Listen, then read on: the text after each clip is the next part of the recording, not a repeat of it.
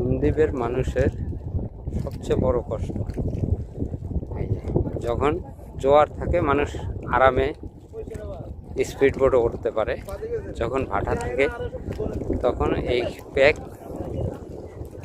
পাড়ায়া উঠতে হয়।